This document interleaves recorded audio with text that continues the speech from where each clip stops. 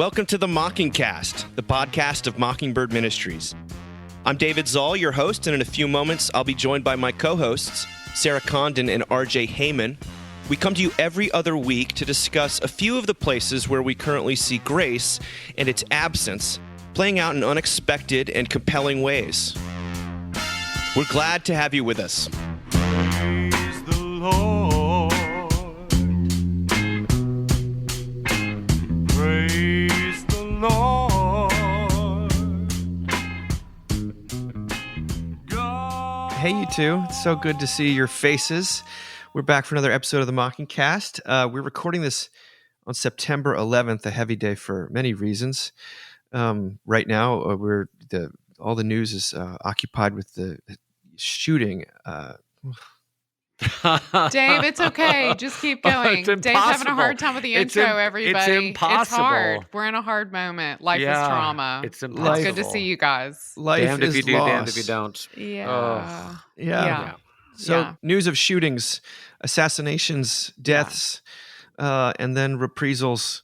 Last time we were on, we spoke about revenge addiction and grievance Yes. addiction. And I've been thinking about I that. mentioned that in my men's Bible study this morning. Yeah. I think Very if helpful. folks don't know about that article, should we start over? No. No? Keep going, Okay. Dave. This is It's gonna fine. be. It's okay. Quite an It's a hard episode. moment. And- Okay. Oh my gosh. Yeah. I don't know how to act in these situations. At Yeah. the same We time, can there's, tell, there's Dave. no Yeah. playbook, and yet I feel like I'm constant. This happens all the time. Yeah. It It does happen all the time. But there's deep grief for people. There should be deep grief for everyone right now because someone was assassinated. We're all mourning. We're all death and violence is the most awful thing. Yeah. But we're just so it's just so balkanized, and it feels impossible. Well, we and should all be in dangerous grief, and- though. That just, Yeah, this and felt like that's an how answer. I feel. That's how I we felt should all since be in last grief. night, just grieving. Yeah. Yeah, And also I'm trying to be curious. You know, like Yeah. I'm rewatching Ted Lasso with Marshall because he's never seen it. He's a big soccer player and he takes himself too seriously. Yeah. It's been really good. But what does Ted Lasso say? Like, be curious. Yeah. Be curious. You know, and just ask questions and know that you don't have a monopoly on the truth, and try to be compassionate to people that think differently than you do. And I don't know. yeah. I mean, because what I see right now is just deeply despondent. It's just I feel despair. Such sickness. Yes. Our society Yes. Mhm. as a whole is so sick, and I don't think the answer is upping the retaliation or No. even adding a voice to that Right. side of things. I have a shred of a hope that talking about grace and mercy and giving people permission to feel what they feel is still worth doing. Yeah. And so that's why we keep doing this podcast. I sent you guys this, and maybe this helped me. Is a little facetious. The social media users' prayer. Mm. God, grant me cacophonous wrath about things I cannot change, habitual neglect of the things I can change, and absolute ignorance of the difference. Mm. How are you guys doing otherwise? Is there anything else to report? Like Sarah, what's going on in Condon world? I'm feeling like both ways right now. I think I feel really lucky. I think I mentioned last time we had a new baby in our family. And this past weekend, I got to go back to Houston to the closest thing that feels like going home for me now, and got to be with really dear friends who also have a newborn baby. Mom is, I think, 44. So that's Whoa. like incredible. Yeah, a much, much wanted baby girl. And I did my friend Christine's second wedding, and Christine is on her 4th cancer diagnosis in 4 years. And it just felt like such a beautiful, heavy, and important thing to get to do. She married a really sweet guy named Aaron, and you guys, at the reception afterwards, which like RJ, you are the one who said, and I quoted you in my sermon, that second marriages are always the best marriages. Someone said that. Someone once said to me, "Everyone needs a second marriage." Yeah, I Old guy who was totally- pushing my buttons when I was like 23.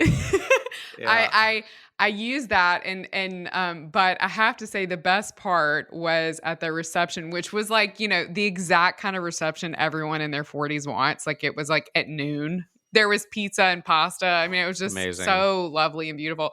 But her husband got up and did part of the sermon from Fleabag, where the priest gets up and starts by saying, "Love is awful."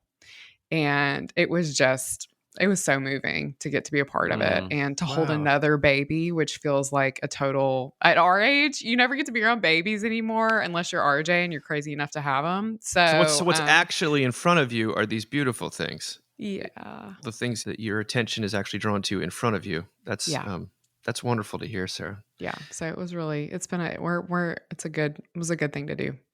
Yeah. RJ, how about you? Today I'm doing well. And I will say September, my wife and I have recognized for whatever reason is kind of a hard month because you're coming back from summer. You're trying to kind of, quote unquote, get geared up. You're looking phrase forward. Ever. You're looking forward to 9 to 10 months of accelerating ministry. Also here in Florida, the weather is bad. It's just really hot and humid and rainy, and just it's not great. It's not a good time of year. So yeah, I was feeling a little, I don't know, a little bit depressed, demotivated. And then the past couple of days have been good, but strangely, what's made it good is suddenly just a lot has happened. Like literally the past couple of days, a couple of people close to me, I found out been diagnosed with cancer. People going through really intense work stuff. I don't know, just talking to a lot of people who are having a hard time. But it's also kind of snapped me back into my body a little bit. Yeah. You know what I mean? Yeah. And there's something to say. I find it very comforting when life gets so kind of impossible that I have no other option than to just trust God and live like an hour at a time. Yeah. Even that's a mercy to you. It is a mercy to me. Being in my own head about things is just, slavery and at prison. Yeah. But even there was this young lady, 27, who came into church the day with tears in her eyes and was just so lonely and feeling kind of lost and not a churchgoer, like not raised in the church, spent time in like Hindu monasteries around the country. But I'm hoping she might come to church on Sunday because she needs a friend. And it was so immediate. So just lots of little things like that, feeling like God showing up. And that's the long-winded answer. But today I'm doing well. We'll see about tomorrow. Dees, how are you, Dees? For me, I'm just continuing to kind of climb out or be lifted out of the deep hole of, frankly, depression that I was dealt with this summer with my injury and my recovery and all that stuff. And so I've as per someone's suggestion, I've started keeping a prayer journal again and a gratitude journal. And I think these things are, they're actually really wonderful, especially when you really need them. They are. And you're so disciplined, Dave. That's the first word that comes to mind. When I think no of one Dave's ever. all.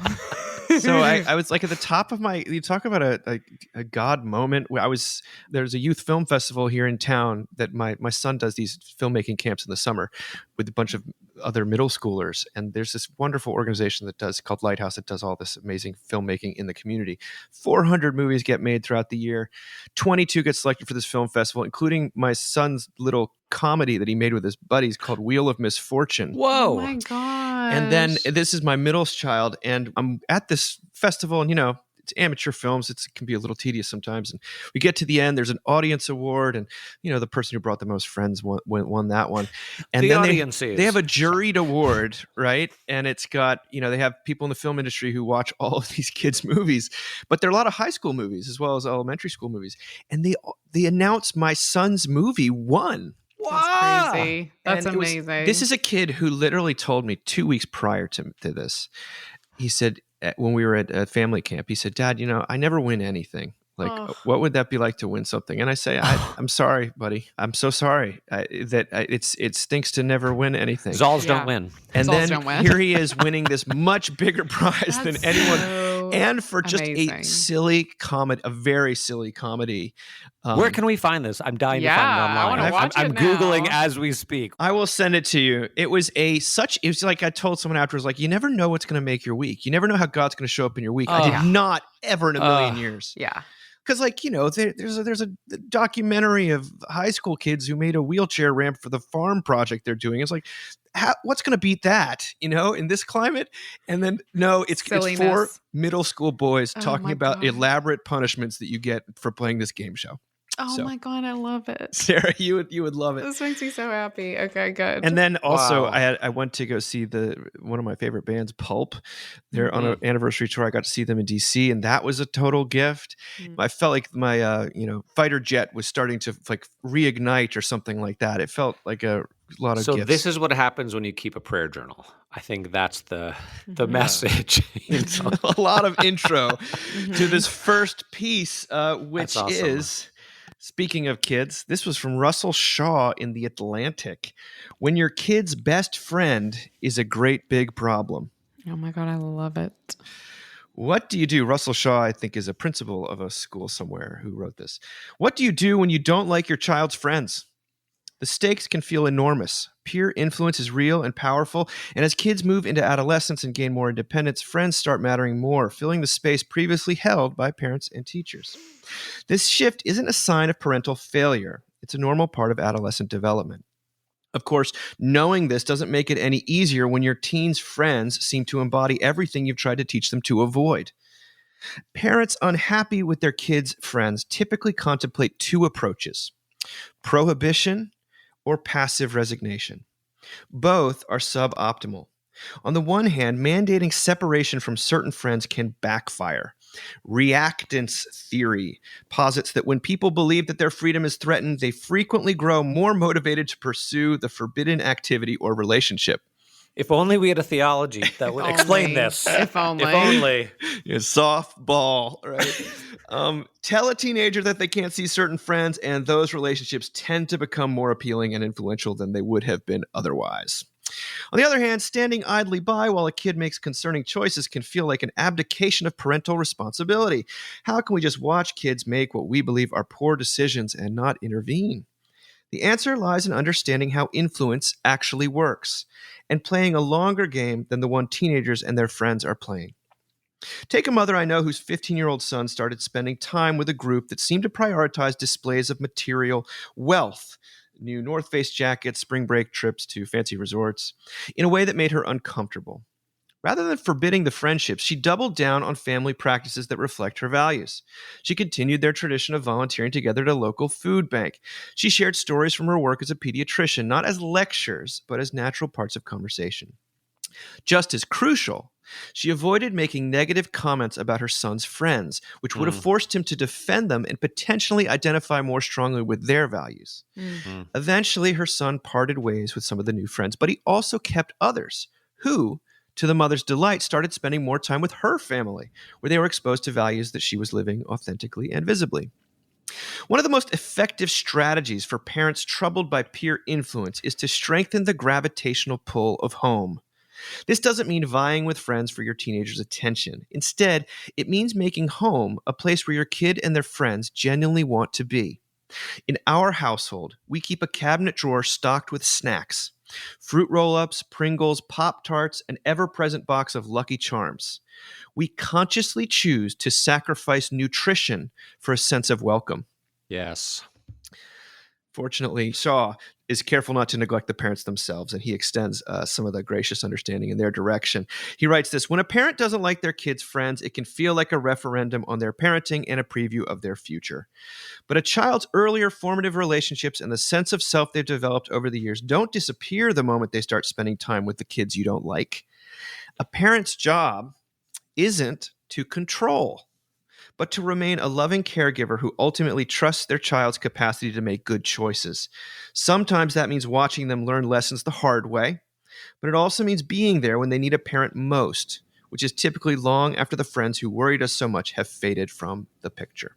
You can see why I talked about this. RJ's like looking with glee So good. right now. Talk to us, RJ. Why so I gotta say, happy? my mom was just the queen of this. We had like the mini fridge stocked with Snapple at all times, or like Clearly Canadian, or like whatever the beverage. If it was today, it'd be Prime. Yeah, Like if I really loved my kid, I'd have a mini fridge stocked with Prime, but like Yeah. it's disgusting. Oh, that Yeah. stuff is so bad. But we do this drink called Ice. Have you seen Ice? Oh, It's we like know Ice. Oh, You know, ice is around. Yep. So Yeah. our girl, so now, and that was my wife's dream. She's like, I want to be like your mom. I want to have all the food and all the stuff, and I want all the friends here so we can love on them. And I can't remember my mother ever judging, one of our friends or telling us not to hang out with somebody or they were a bad influence or whatever. She just loved them and they loved her, and it was a beautiful thing. And then I don't know.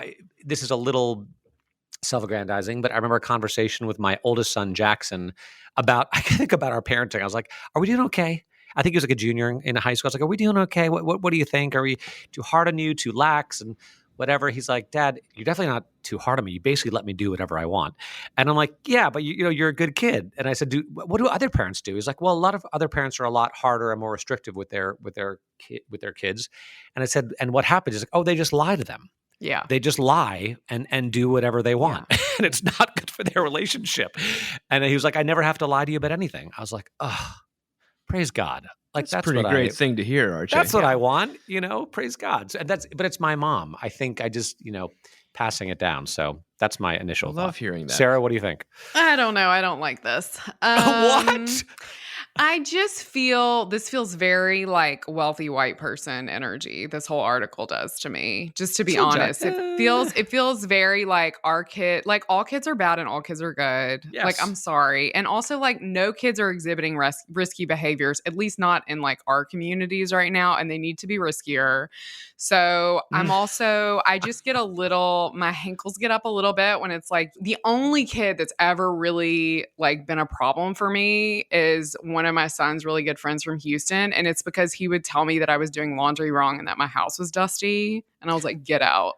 But like, it makes me think about the kids that we're saying aren't worthy of our kids being around. And it makes me think about their parents and how they're doing their best. It makes me think about when I was a kid, and there were actually risky behaviors in the 90s. And I had this really good friend, Courtney, and she had this whole crew of kids. They lived in the divorced mom neighborhood because we had one of those. There was never a parent home. Courtney's dad had died by suicide like 2 years before, and they were poor. I mean, I remember there was insurance money that came in and her mom just bought like new overstuffed furniture. Like they were poor. And I loved Courtney. She was brilliant and funny, and the house was always very exciting. And I remember my mom coming to pick me up one day. And this was back when the boys, I mean, they still do some, but really wore their pants low. And there was a boy. They still do, some of them. Busting a sag. That's what there we was a called boy with no shirt on. And you fully see the underwear and the pants. And my mom, and he was just at the front door for some reason. He was just hanging out. There was always, people were always hanging out at our house. No adults. And my mom walked through the front door and he just looks at my mom and he goes, "Sup?" And my mom was like, "Mm-mm." And I remember my mom she sat me down and she said, "We love Courtney so much. We think she is so brilliant and so kind and such a good friend to you. And we want to have her over at our house anytime, but you can't go over there." And I remember being so mad at my mom and feeling like this was the least cool thing in the whole wide world, but also like my mom was in charge. Flash forward years later, Courtney has her first child and we're in town. Josh and I are in town. And I'm like, I want to go visit Courtney. And, we hadn't really seen each other in years. And I got to hold her baby and I got to talk to her. And she literally, like, without me bringing it up, said, "Your mom absolutely did the right thing. That wasn't a safe house. I'm trying to do something different." So, like, if we're going to have this conversation, we have to think about the Courtneys in the world. We have to think about how they're sort of powerless in some ways over maybe the situation that they're in, or even sort of the things that they're drawn to. I just think we're not talking about a lot of people when we talk about this. Like, we're not, do you know what I mean? Like, acknowledging this whole other side. I understand the pushback against, especially dividing kids into good, so-called good kids and so-called bad kids. Because the truth is, what if your child is the one who's the problem? You know, Right? Well, my third son may be that, and my youngest brother may have also been that. TBD, like, you haven't truly been a parent until you're the one whose kids is the biter. You know, yeah, absolutely, and that's why when people have 2 daughters, I'm like, we're not doing the same thing, so don't talk to me. Yeah, it's so you're not raising children, you're daughters. When I wrote about this for the Weekender, and I did have someone very thoughtfully say, like, this is a huge cupboard full of junk food, where just it's expensive, and we're in the situation with our kids where they hang out with all these sort of wealthier kids, and we don't have the ability to do that, right? And what I responded was like, I totally take that on board. I'm grateful that Lucky Charms are much less expensive than the organic. That's the grace here. I love when she says we sacrifice nutrition for welcome. And I think that there's something truly wonderful about that. Yeah. But this idea about reactance and the law, inciting rebellion in people, it doesn't just apply to who your kids are hanging out with. It has to do with this. How do you respond to them in general, what they want to do for a living, or who they end up with as is in marriage and things like that. The truth is, a lot of times, if you come down with the heavy hand of control, people dig in their heels. Like it 100%. it is a truism that you just can't run away from. And I love the acknowledgement that if you start to even criticize those persons passive aggressively, you risk the child getting more entrenched in defending that person. Right. So I really did appreciate a lot of that about it. I take your feedback on board. Yeah, Arch. Yeah, I don't know. I feel like there's, and maybe I feel like there's pain everywhere. My mom would come home from middle school and put her drunk mother to bed because her father was off traveling for his ministry. And then my youngest, one of my brother's girlfriends, her mom killed herself, and then her best friend's sister hung herself in the bathroom when my brother's girlfriend was there. And she was a disaster, but I don't know. My mother just loved her and loved her and loved her. And she got a lot of therapy. And I remember seeing her a few years later, and she was she had clearly worked her way through it as a changed person, after what she'd been through. I don't know. Is that different? Is it different kind of, are we talking about different things, Sarah? I don't know. I don't know. I think mental illness is in every community, but I think poverty is a whole other thing.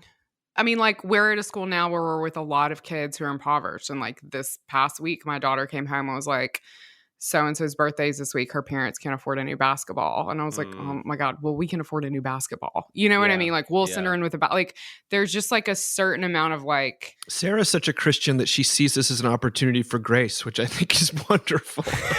And ministry. And, the assumption on the behalf of a certain set of parents is, yes, that my job is to controle, is to limit, and if without it's it. Constant protection, which we just do way too much of anyway. Yeah. I've said this before, but I've said to my kids before, you need to run from the cops once in your life. My God, go to a field where there's a bonfire, drink some Bud Light. Our kids are too safe. In our neighborhoods, our kids are too safe. It just kind of drives me crazy, I don't hear in that a total abdication of parental sort of love, what your mom did. What your mom did. She's like, you're not going over there again. Yeah. Yes. Yeah. But we'd love to have her here. It was such a witness to me. I do see a parallel with ministry, though. It's what is your job with your congregation? Is it just sort of control their behavior and right. Or as basically this article is saying, is the role of the pastor or the human being is to be there when problems happen, when they fall apart, when that friendship blows up, when their life blows up. That is the deeper, more powerful relationship. I hear that in a lot of what he's saying is parents, because he is, I think, a principal of a small private school where parents are just super anxious Yeah. about everything. And, Yeah. the world is very scary, but it's projecting that anxiety on your child, I don't think really helps. Yeah. Well, let's move on to this next thing, which is to check in with Brene Brown. Brene Brown. I saw the headline. I was like, oh. She's been interviewed by the New York Times this week and has a lot of interesting things to say. The interviewer, who's Lulu Garcia Navarro, does a lot of these big interviews with people. Brene has found her way really into the kind of consulting leadership space and working with a lot of companies. And so Garcia Navarro opens by asking her, the companies that are some of the most valuable in our current era aren't exactly known for people-centered leadership. It doesn't seem to be that popular. Our era instead is one where you go in, you fire a bunch of people, and you still have a productive company. Brene responds, well, we collect data on everything we do. Just because the world at large believes that you have to be a total expletive to get performance out of a team, there's actually very little evidence of that over a long period of time. Leading by fear as a catalyst can result in very quick performance metrics, but they're not sustainable for a really simple reason. Fear has a very short shelf life. And in order to maintain fear as a leadership tool, you have to demonstrate a capacity for cruelty at very regular intervals. So you can't keep me afraid forever. But if periodically you can demonstrate cruelty and a capacity for it, that will rekindle my fear. I think people are becoming less and less tolerant of living that way. She talks, the interviewer says to Brene, I don't know how you feel about the label of self-help being applied to your work, but you're definitely one of the earliest practitioners of a very online strain of personal improvement content that's still very, very popular. How do you look at the evolution of that world in the last 15 years? Brene says, okay, I think there are a lot of well-meaning, well-intentioned, well-trained people in that space. And I think they make up about 30% of that space, the self-help space. I think there are 30% of the people who want to be in that space who are trying to be in that self-improvement wellness space who are underqualified, thoughtful, sometimes helpful, often benign. And I think there are 40% sheer grifters. Everything they say is predatory advice giving. Depending on who you ask, people could put me in different categories depending on what they think I'm saying. I always tried to be very, very careful when I was in that space, but there was a moment when I made a specific tactical get the hell out of Dodge decision to not be anywhere near that self-improvement place. When was that? The interviewer asks. When my sisters and I were caregiving for my mom with dementia, I found myself bombarded by posts that would say things like, caregiving for a parent with dementia, starting to wonder about your own memory, a tablespoon of castor oil will change your life.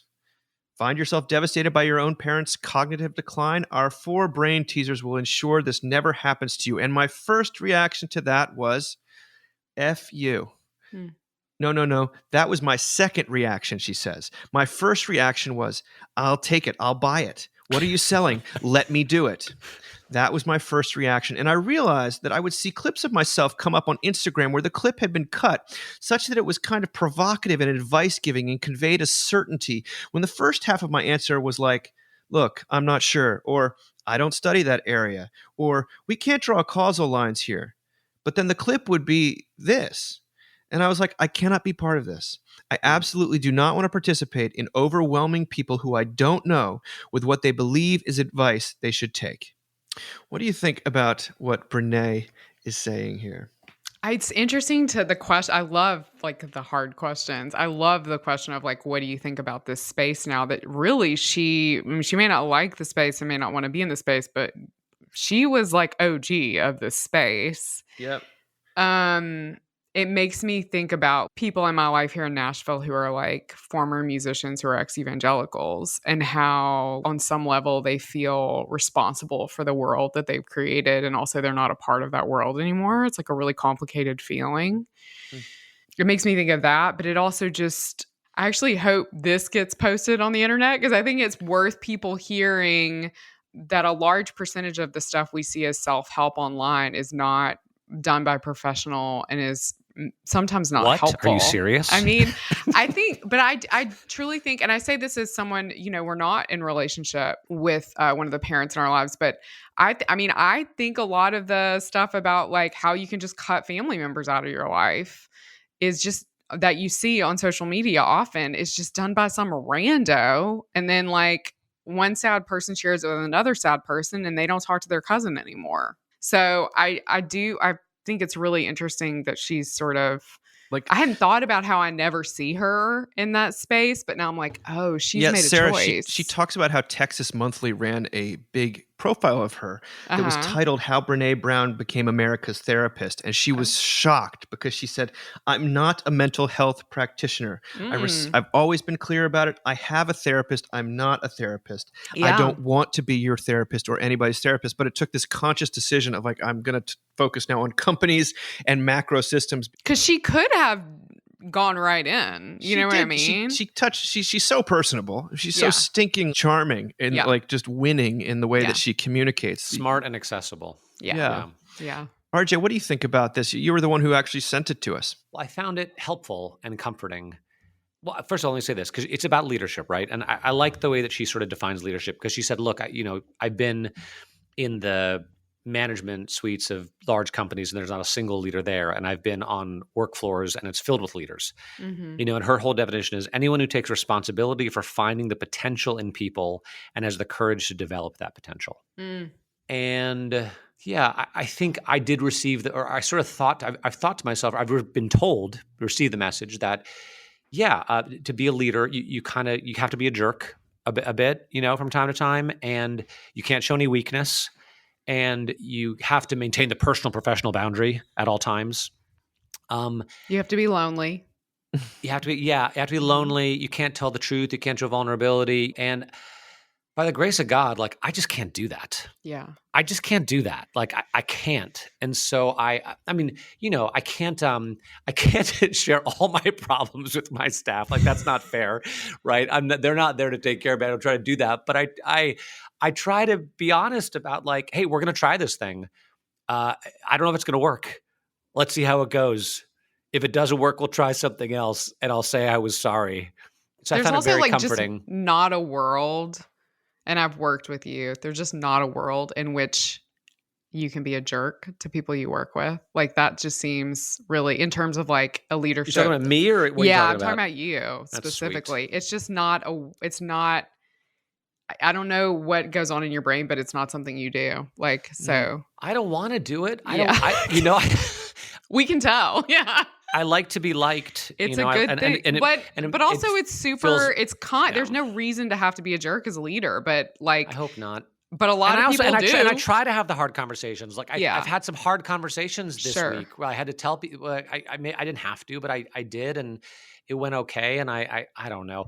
She's also basically saying, like, if you need to get on the phone and have the hard conversation quickly, if you need to. But I think about leadership and I think about fear.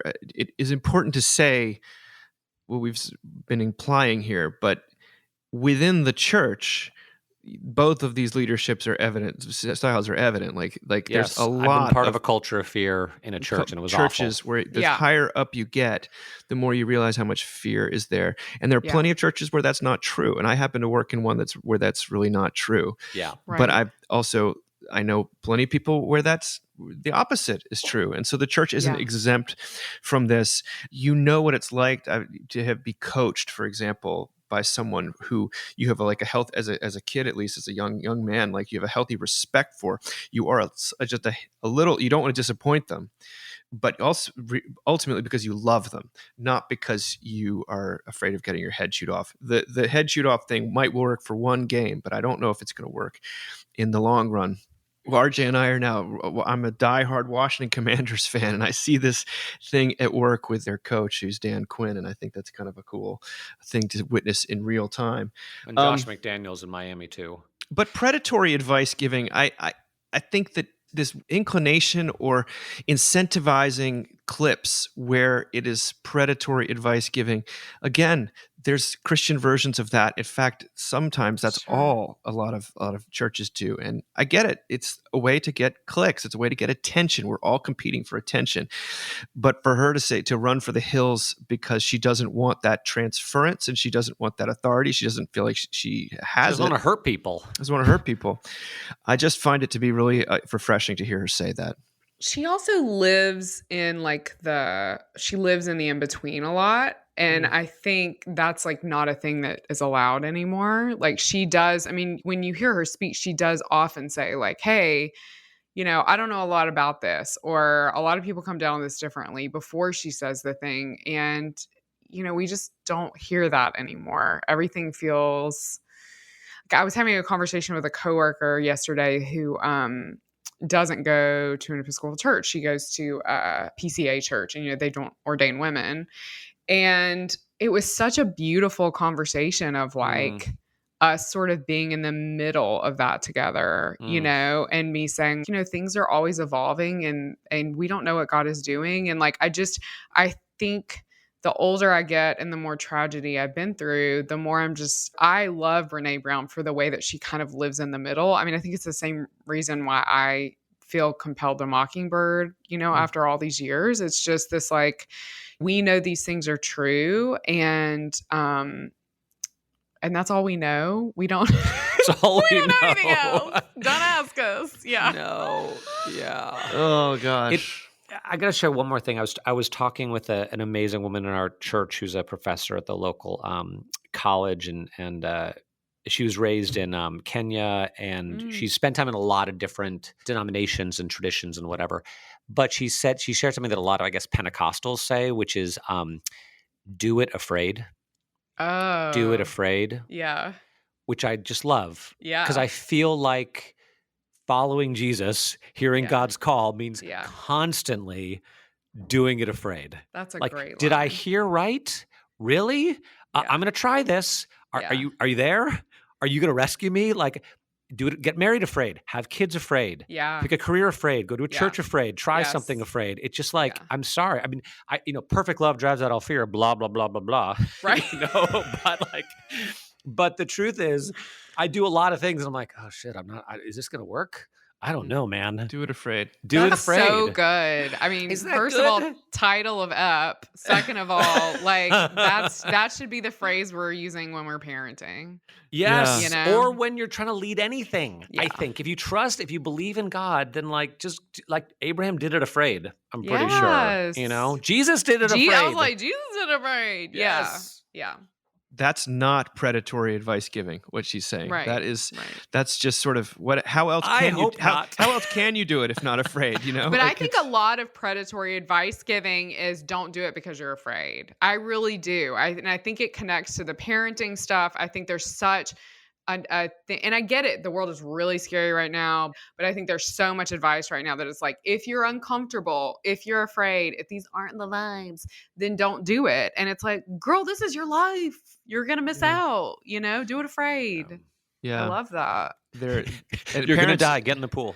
You're going to die. Get in the pool. Parents get almost nothing but predatory advice giving, I think. And I don't think it's any coincidence that when she realized what she'd sort of become a part of, or what was happening to her, was when she was dealing with her mother's dementia and this intractable problem that was extremely real. And it was the time in which advice giving just was, she couldn't ignore how ridiculous it was. Like, it's not rang hollow, it rang offensive. Although there's, of course, she's so winsome when she says, I still wanted to buy the thing, but then I was like, wait a second, no.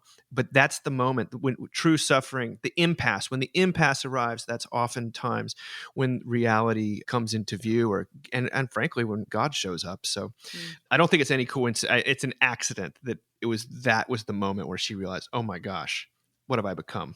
Right.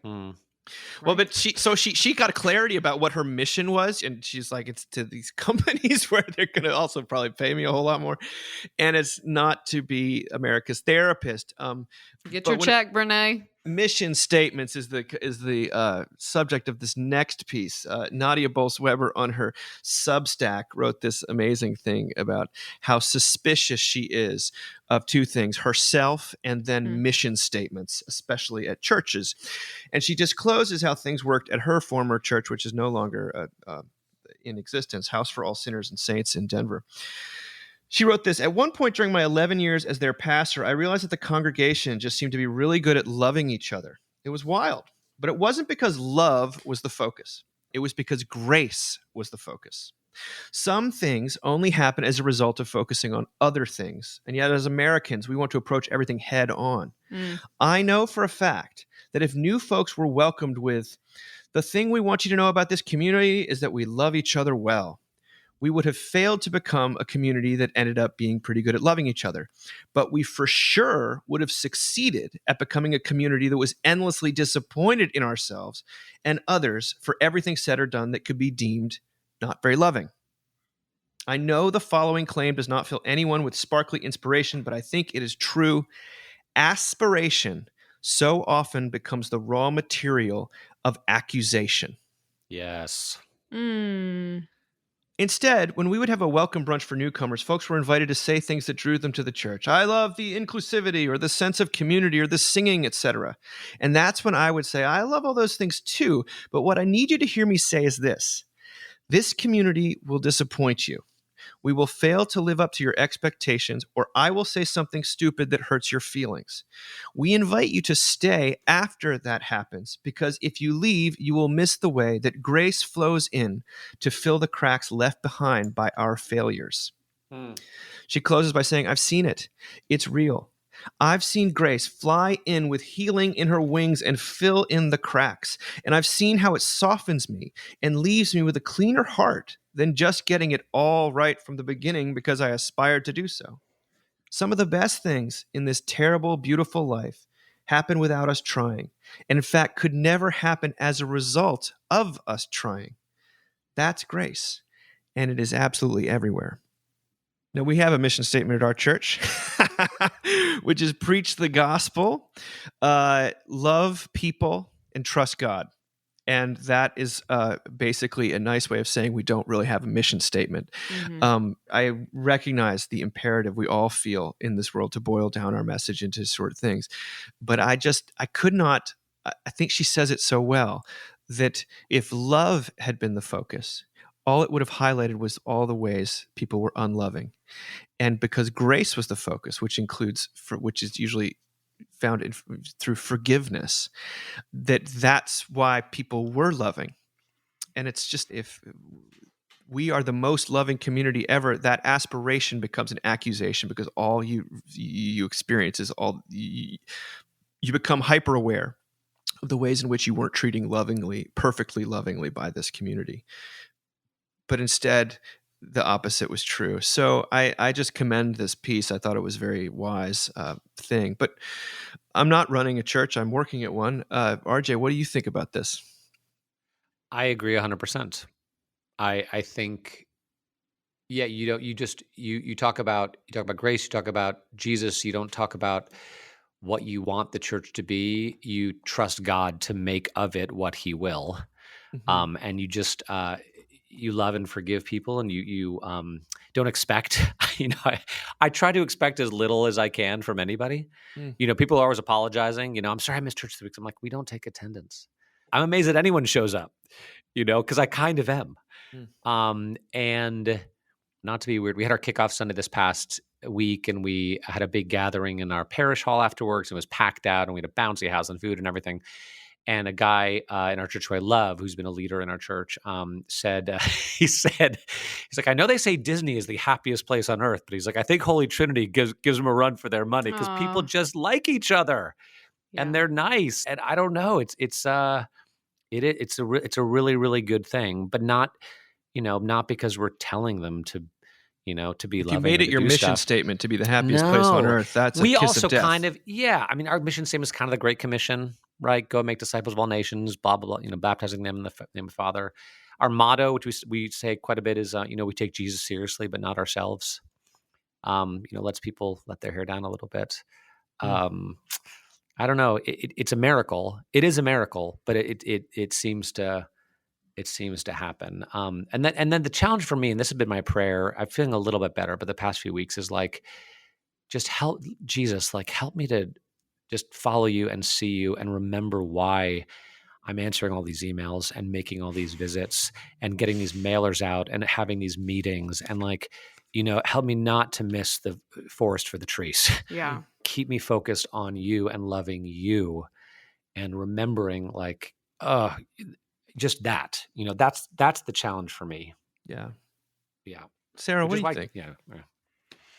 I mean, as someone who was just sitting on the porch with her husband this morning and he was talking about trying to find volunteers for things, I definitely know the forest for the trees sucks. conversation. It's so hard. It's so hard.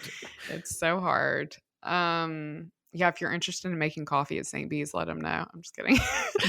I don't know. I think I've never had to church shop, so I should start there. But I feel like I've known people who have like had to find a church. And I think if I went on their website and it was like love, blah, blah, blah, like we're all about love, like we just want to love, I would feel like I didn't belong there. Because I think a lot of times when people are looking for a church, they're hurting. And so it makes a lot of sense to me that if you're going to have a mission statement at all, it needs to be about mercy and forgiveness. Because I think that's why a lot of people try to go to church to begin with.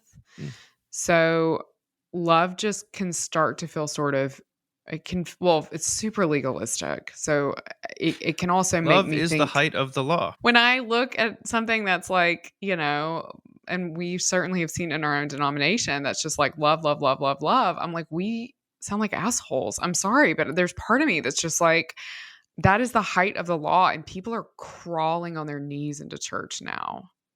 Like they're so low to the ground. They feel so beaten up by the world. They feel so beaten up by their own choices. They're just trying to make it over the threshold of the door. Yeah. And we're going to hammer them with like how they need to love. That is so unfathomable to me. So it makes all the sense in the world that it would be about grace, and that out of grace that flows. I mean, right. That's always the critique of this theology. It's often a critique of No one will do us. anything. Right. You don't do anything. In fact, I mean, there's a brilliant interview with Nadia Bolz-Weber on Fresh Air. Do you remember this? Where Terry Gross says, so when do you tell them what to do? And she's like, we don't, Terry like glitched out. She's like, I know. Wait, she's like, what? What? She's like, now we're going to listen to some opera. Yeah. It did not compute. She could not understand what Nadia was saying about grace. This is Christianity. You got to tell them what to do. Isn't that what you guys are doing? So yeah. I was thinking about a couple of things.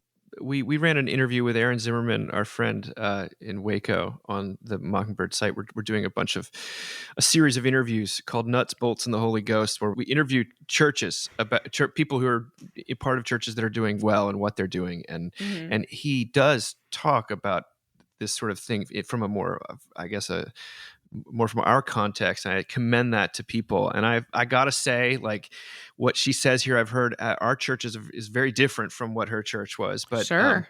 I've heard our rector at Newcomers Things saying at the end, like, because everyone's overflowing with how they found this amazing place and they love it so much. And he's always saying, just so FYI, we will disappoint you. So that's a given. If you look to us to be God, that's not going to go well. That won't go well either. I think honestly about, with Mockingbirds entering its 19th year. Crazy. And I see a lot of people who wanted us to, who we've disappointed. Yeah. And I drive around our town in Charlottesville, and I know there's a lot of people who have felt hurt by the church, just as many as I think there's more that have felt blessed by it.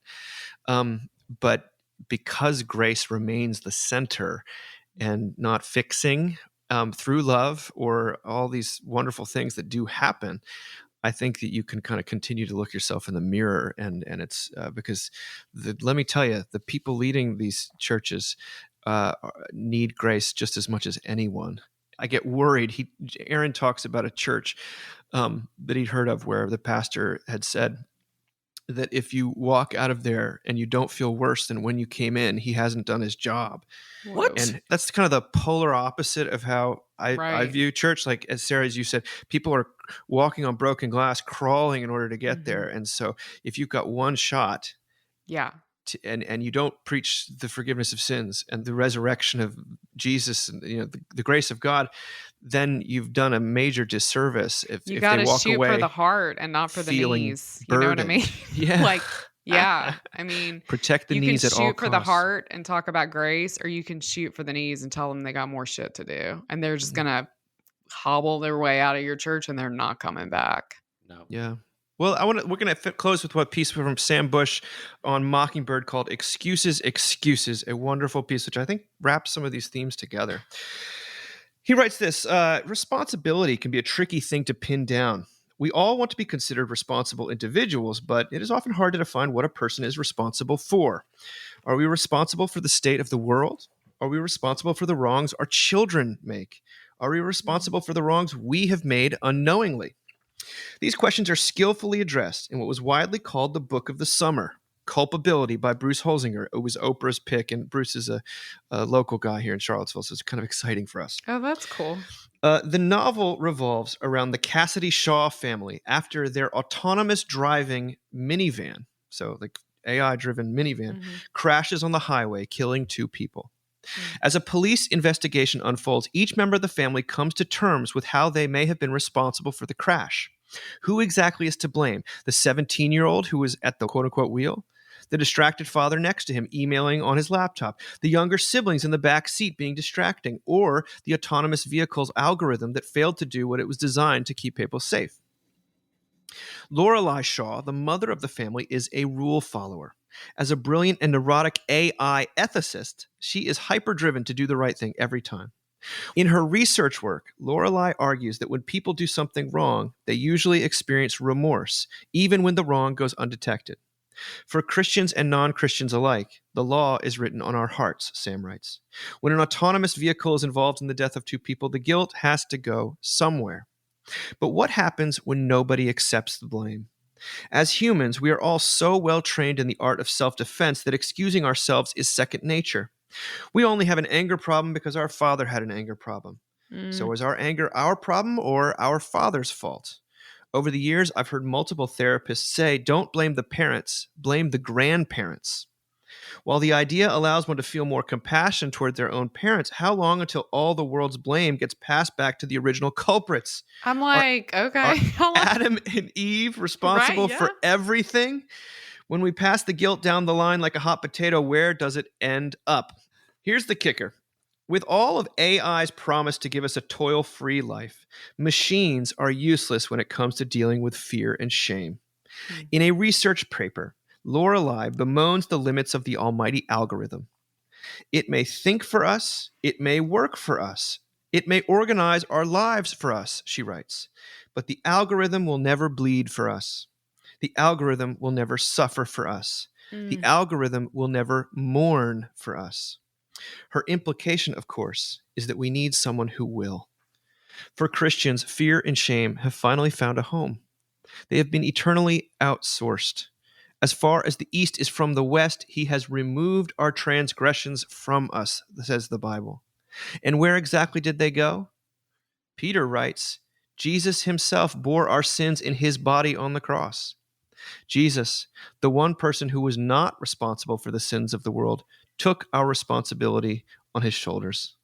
While we were the culprits, Jesus accepted culpability.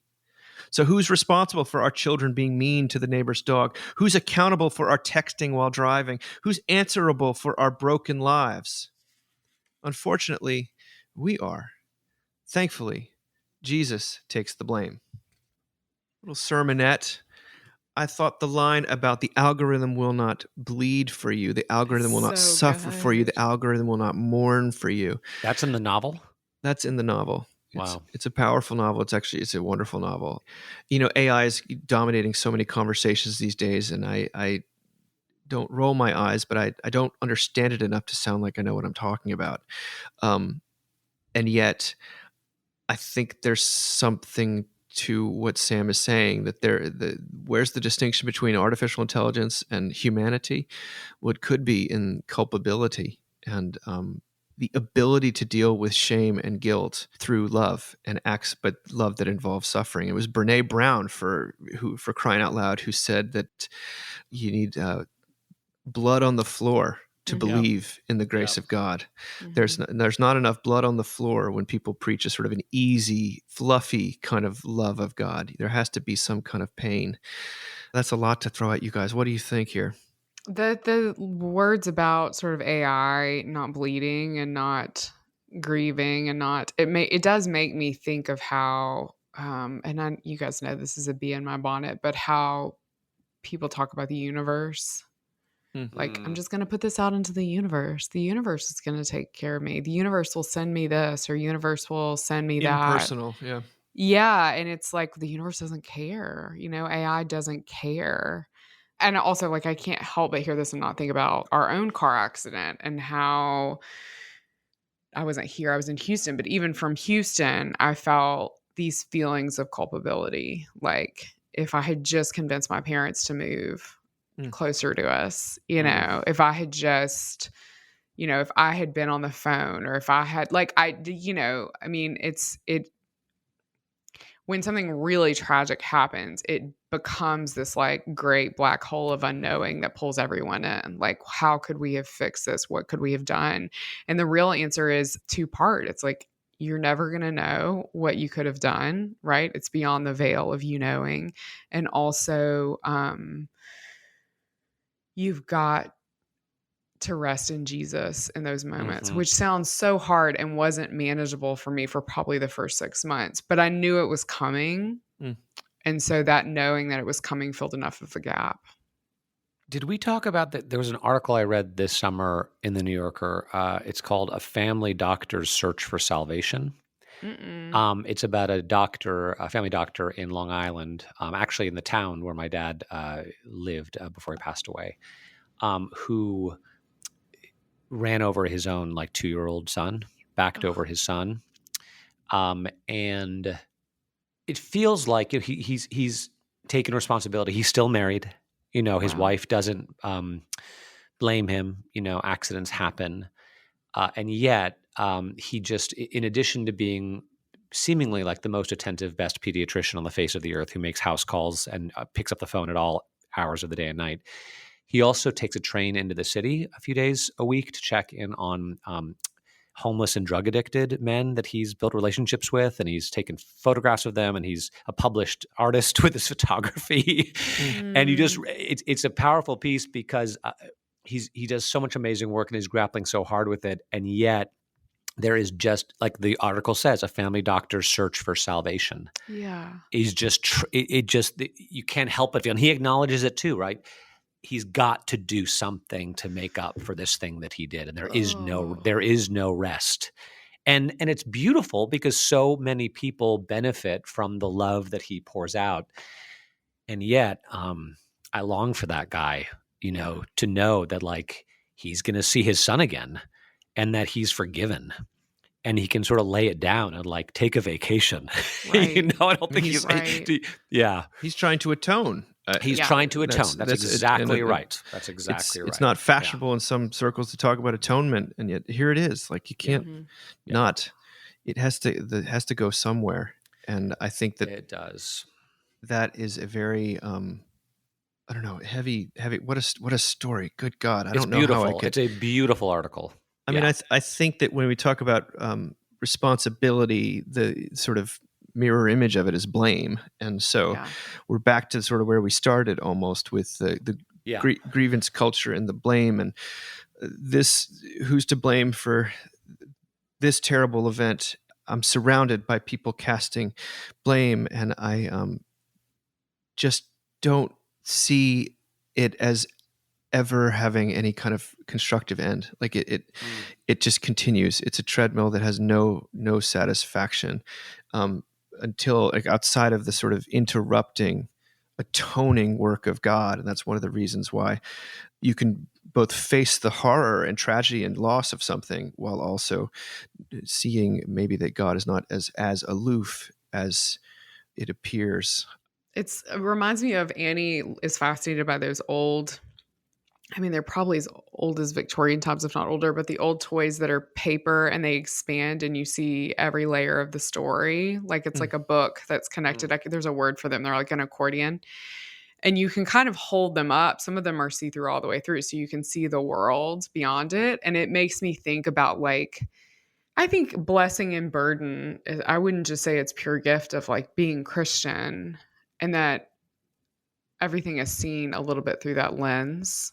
Like, and so when we are in the middle of people really furious right now and from all sides, And, it's sort of like this, we just hear Jesus like, who among you hasn't done horrible things, right? When we need something to come from outside of ourselves to save us, which is something I've been thinking about a lot right now in my work. It's like, it's atonement that we can't make for ourselves.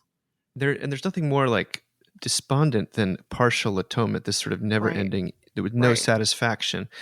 And I know it can motivate good works, but it can also create, absolute nihilistic, and that's, we're swimming in a sea of nihilism right now too, where nothing has any meaning, so I might as well do such and such. And when you were talking about atonement, it made me think of this young lady who came to church on Sunday, and she was talking about her Hinduism, and she was curious about Christianity. And I felt a little sheepish because I just say this stuff all the time, and I don't want to be the predatory advice giver. I did tell her to come to church because I think it'd be good for her. But I said to her, because I could sense her feeling wondering, what have I done? What have I done wrong to be in this space that I'm in, where my life has kind of fallen apart? And I said, this is the thing I love about Christianity, is that in Christianity we don't get what we deserve.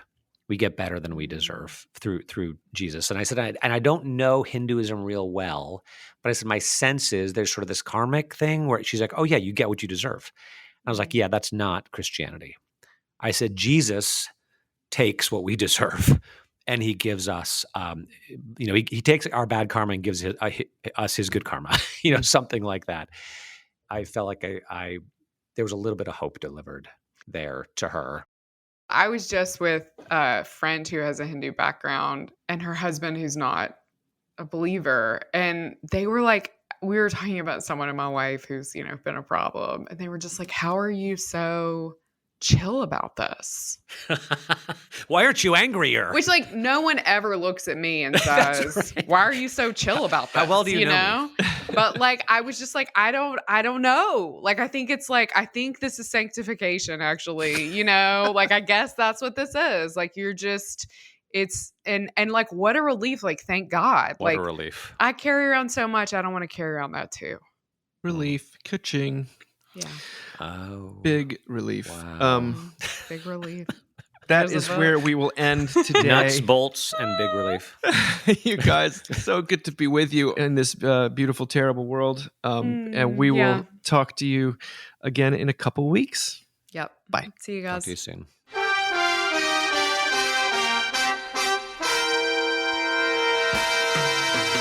Thank you for listening. Remember, you can find us on the web at www.mbird.com.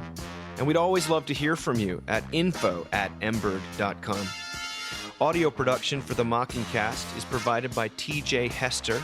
And if you like what you've heard, please drop over to iTunes and leave us a rating or review. Until next time.